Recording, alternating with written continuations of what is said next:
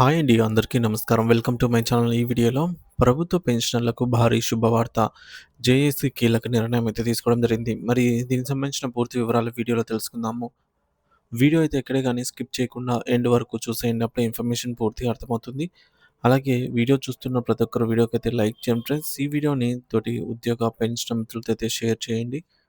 కొత్తగా మన ఛానల్ చూస్తున్నవారు ఇంకా ఎవరైనా సబ్స్క్రైబ్ చేసుకున్నట్లయితే వెంటనే మన ఛానల్ అయితే సబ్స్క్రైబ్ చేసుకోండి. సో, దీని ద్వారా నేను చేసే ప్రతి ఒక్క వీడియో మీ వరకు రీచ్ అవుతుంది. ఇక ఆలస్యం చేయకుండా వివరాల్లోకైతే వెళ్ళిపోదాము. ఫ్రెండ్స్, ఇక విషయానికొచ్చినట్లయితే తెలంగాణ పెన్షనర్ల సంచలన నిర్ణయం. ఉద్యోగ జేఏసీ నుంచి వైదొలుగుతూ శపథం. అసలు ఏం జరుగుతోంది?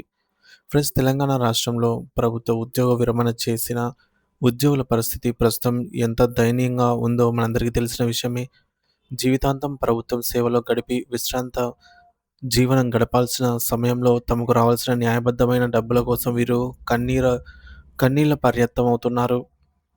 ముందుగా 20 నెలలుగా ఆగిపోయిన బెనిఫిట్స్, పెన్షనర్ల గోస ఈ మేరకు.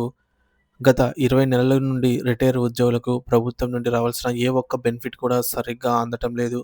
ముఖ్యంగా GPF, APGLI, gratuity, earned leave encashment వీటిని ప్రభుత్వం విడుదల చేయకపోవడంతో వృద్ధాప్యంలో మందులకు, పిల్లల పెళ్లిళ్లకు, ఇంటి అవసరాలకు డబ్బులు లేక చాలామంది తీవ్ర ఇబ్బందులైతే పడుతున్నారు. రెండవది తీవ్ర మానసిక వేదన, ఆత్మహత్యలు. డబ్బులు సమయానికి రాకపోవడం వల్ల చాలామంది పెన్షనర్లు డిప్రెషన్‌లోకి అయితే వెళ్ళిపోతున్నారు. కొంతమంది ఆత్మహత్యలకు పాల్పడుతూ ఉన్నారు. మరికొందరు గుండెపోటుతో ఆకస్మిక మరణాలకు గురవుతున్నారు.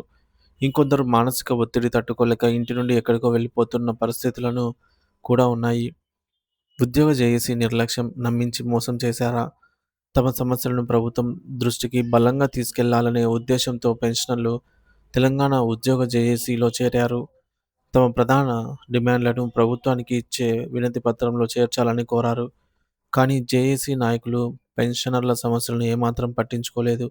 ప్రభుత్వంతో జరిపిన ఏ చర్చల్లోనూ పెన్షనర్ల గోడును వినిపించలేదు. కనీసం జేఏసీ వేదికపై పెన్షనర్ల సంఘం నాయకులకు మాట్లాడే అవకాశం కూడా ఇవ్వలేదు. నాలుగోది మహాధర్నా మరియు ఒత్తిడి. తమ సమస్యల పరిష్కారం కోసం పెన్షనర్లు 17వ తేదీన ఒక మహాధర్నాకు పిలుపునిచ్చారు. అయితే ఈ ధర్నాను విరమించుకోవాలంటూ ఉద్యోగ జేఏసీ నాయకులు పెన్షనర్లపై తీవ్ర ఒత్తిడి తెచ్చారు. మాకు న్యాయం చేయకపోగా మా పోరాటాన్ని కూడా అణచివేస్తున్నారని పెన్షనర్లు తీవ్ర ఆవేదన వ్యక్తం చేశారు. ఇక ఐదోది తీసుకున్న సంచలన నిర్ణయం ఇదే. ఈ పరిణామాలన్నీ దృష్టిలో ఉంచుకొని ధర్నాలో పాల్గొన్న వందలాది మంది పెన్షనర్లు ఏకగ్రీవంగా ఒక కీలక తీర్మానం చేశారు. అదేంటంటే గుడ్ బై టు జేఏసీ. ఇకపై మేము తెలంగాణ ఎంప్లాయీస్ జేఏసీలో కొనసాగలేము. సో, వారి నుండి మేము పూర్తిగా బయటికి వస్తున్నాము అన్నారు. స్వయం పోరాటం. పెన్షనర్ల సమస్యల కోసం తెలంగాణ పెన్షనర్స్ జేఏసీగా ఏర్పడి మా సమస్యలను మేమే స్వయంగా ప్రభుత్వం దృష్టికి తీసుకెళ్లి సాధించుకుంటాం అన్నారు. ఇక బయటి నుంచి మద్దతు. పీఆర్సీ, డీఏ, ఐఆర్ వంటి ఉమ్మడి సమస్యలపై ఎవరైనా పోరాటం చేస్తే వారికి బయట నుంచి స్వచ్ఛందంగా మద్దతు ఇస్తాం తప్ప ఇకపై ఆ జేఏసీలో భాగస్వాములుగా ఉండము అన్నారు. ఇక ఆరోది నేటి ఉద్యోగులకు ఒక హెచ్చరిక లేదా విజ్ఞప్తి. ఈ సందర్భంగా పెన్షనర్లు ఒక ముఖ్యమైన విషయాన్ని గుర్తు చేస్తున్నారు. నేటి ఉద్యోగే రేపటి పెన్షనర్. ఈరోజు ఉద్యోగంలో ఉన్నవారు తమ సీనియర్లైన పెన్షనర్ల కష్టాలను అర్థం చేసుకోకపోవడం, వారికి అండగా నిలవకపోవడం చాలా బాధాకరం. రేపు మీ పరిస్థితి కూడా ఇలాగే మారవచ్చు. కాబట్టి ఇప్పటి నుంచైనా పెన్షనర్లకు సహకరించడం చేయండి అంటూ విజ్ఞప్తి చేశారు. ఇక తెలంగాణలో దాదాపు 2,00,000 మంది పెన్షనర్లయితే ఉన్నారు. ఏపీలో చూసుకున్నట్లయితే 3.5 లక్షల మంది పెన్షనర్స్ ఉన్నారు. ఇంత పెద్ద సంఖ్యలో ఉన్న మనం వేరే వాళ్ళ మీద దయాదాక్షిణ్యాల మీద ఆధారపడాల్సిన పనే లేదు.